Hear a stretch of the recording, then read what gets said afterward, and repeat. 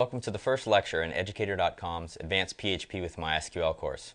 In today's lesson, we're going to be providing an overview of all of the topics covered in the course, as well as briefly discussing the prerequisites required. This is, as the name implies, Advanced PHP with MySQL. This is an advanced PHP course that's aimed at prior PHP developers, so developers that already have PHP experience, and what it's aimed at is teaching those developers to be able to add database-driven functionality to their website. So we're going to be learning how to integrate a MySQL database into your web applications. This course is specifically a direct continuation of the Introduction to PHP course that I have taught here at Educator.com. And so for those of you that, it's not a prerequisite that you've taken this course, but for those of you that have taken that course here, you'll be able to see how the material from there is going to continue directly in this course. The content of this advanced course is basically going to break down into 3 different categories. We're going to be covering advanced PHP concepts, which is going to be stuff like learning about how to perform file input and output. We're going to be learning about how to use sessions and then cookies and so forth. This course is also going to provide an introduction to object-oriented programming. So it assumes you have no prior knowledge of that, and we're going to learn about the basics of what object-oriented programming it is and how to use it in PHP. And we're going to provide an introduction to what databases are, specifically the MySQL database. And we're going to cover the basics of the most common SQL commands, which is a structured query language, which are commands that you use to interact with a database. A main feature of this course is building up this mock web application that we call the Educator Store. We're going to be continuing building upon the application that we developed in the introductory course. And what we do is, the way the course is going to proceed is that I'm going to introduce topics, we're going to go over some lecture examples, we'll have a homework assignment, and then we're going to take the material that we've learned and integrate it into this web application so we can see sort of material learned in a real-world example. So basically, more or less what's going to happen is we'll have one lecture on material and new topics, and then we'll have a lecture that follows that is basically integrating that material into this web application. If we can go and take a look at our Educator Store course, our Educator Store website, this is the application that we're going to be developing. It's basically a simple store with a number of different departments in it, where you have different items that you can choose that has information about the items that we're going to be able to pull from a database. You'll be able to add items to a cart. So for example, we can add a basketball and a t-shirt. You'll be able to remove items from the cart. You can check out, and what that'll allow you to do is enter, for example, shipping information. So I'll just show you quickly what this looks like.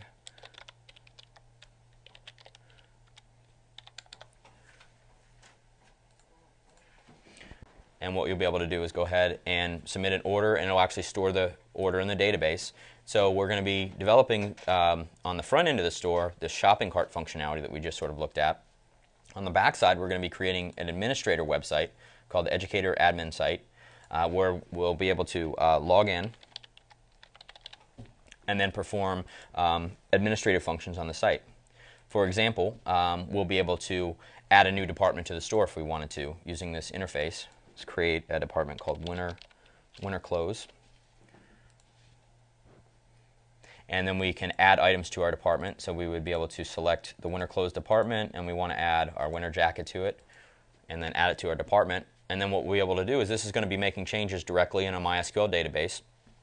And then now when we go back to our home page, we'll be able to directly see that those changes on the admin site show up in the store. So now we have a winter clothes department. We can see that it has this winter jacket that was already in another department, and we can add it to a cart and check out with it just as before.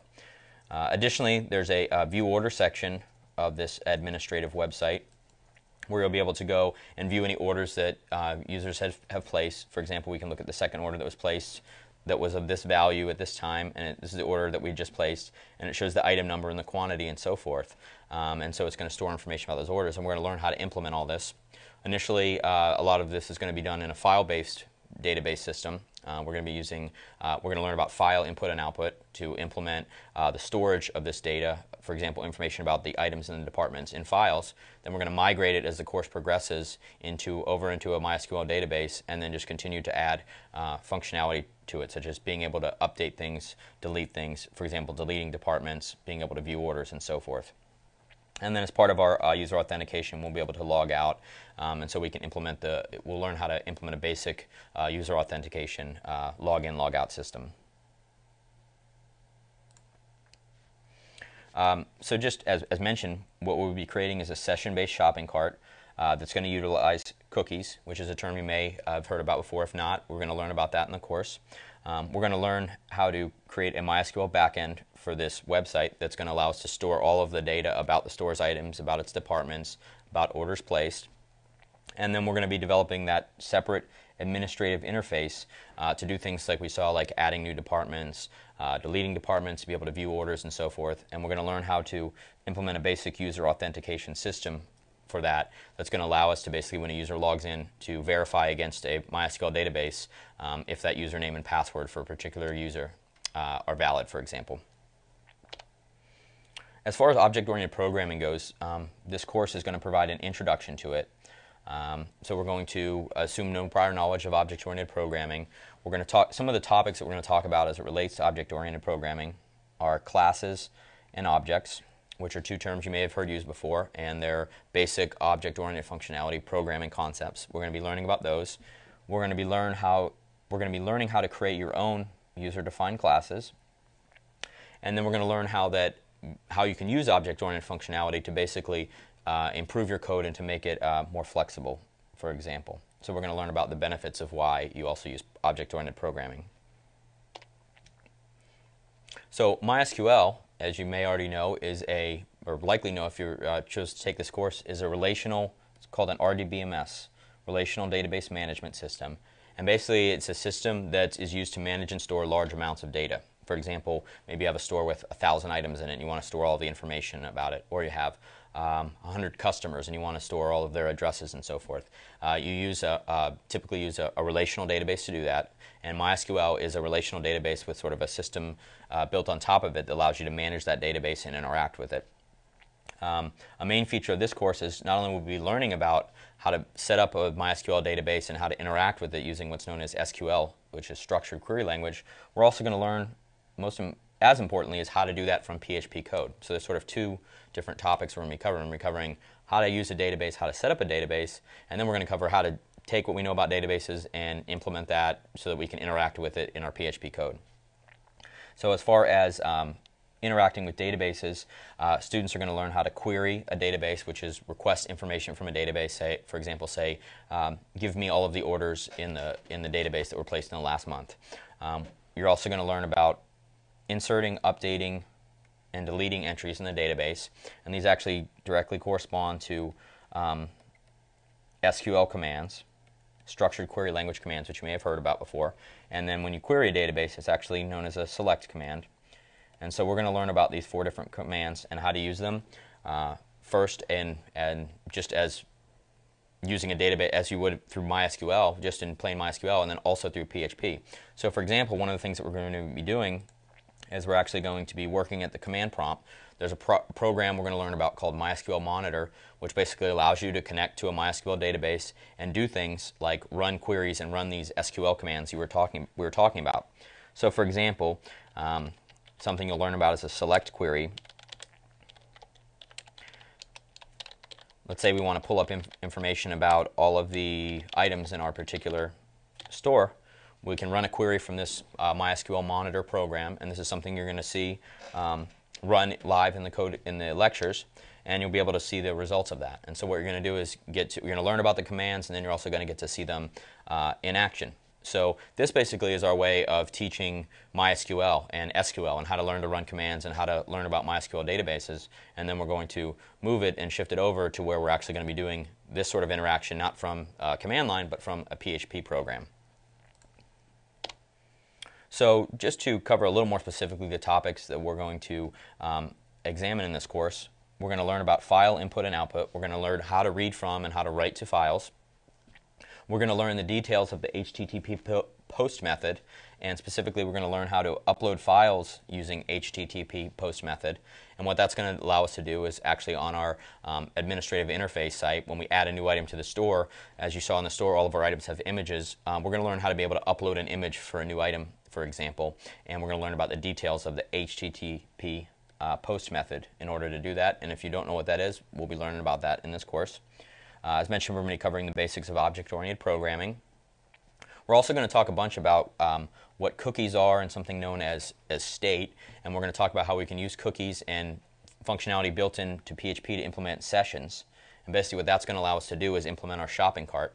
And sessions, if you don't have experience with that, that's fine. We're going to be learning about that. That's going to allow you to basically track one user interaction from another. So for example, when a user adds an item to a shopping cart and then they view another item, like when you go to Amazon.com, for example, you can see, okay, you have one item in your cart. Well, you implement that functionality using sessions, and we're going to learn about that.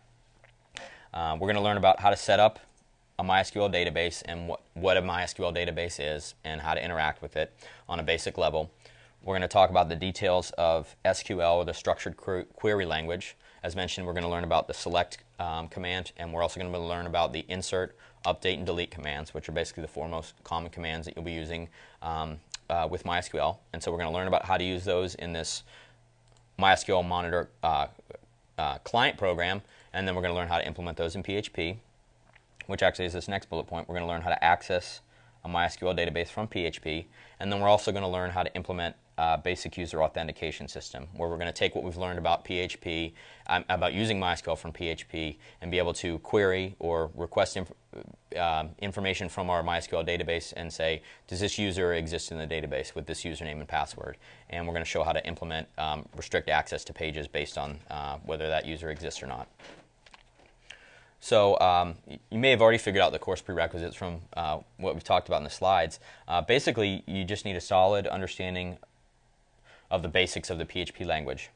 And sort of what I'm going to use as the defining characteristics of what the prerequisites for the course is that you have an understanding of all the material covered in my Introduction to PHP course here at Educator.com. So as long as it's the only knowledge that you'll need to know about PHP is anything that's been covered in that course. If it hasn't been covered in there, you don't need to know about it.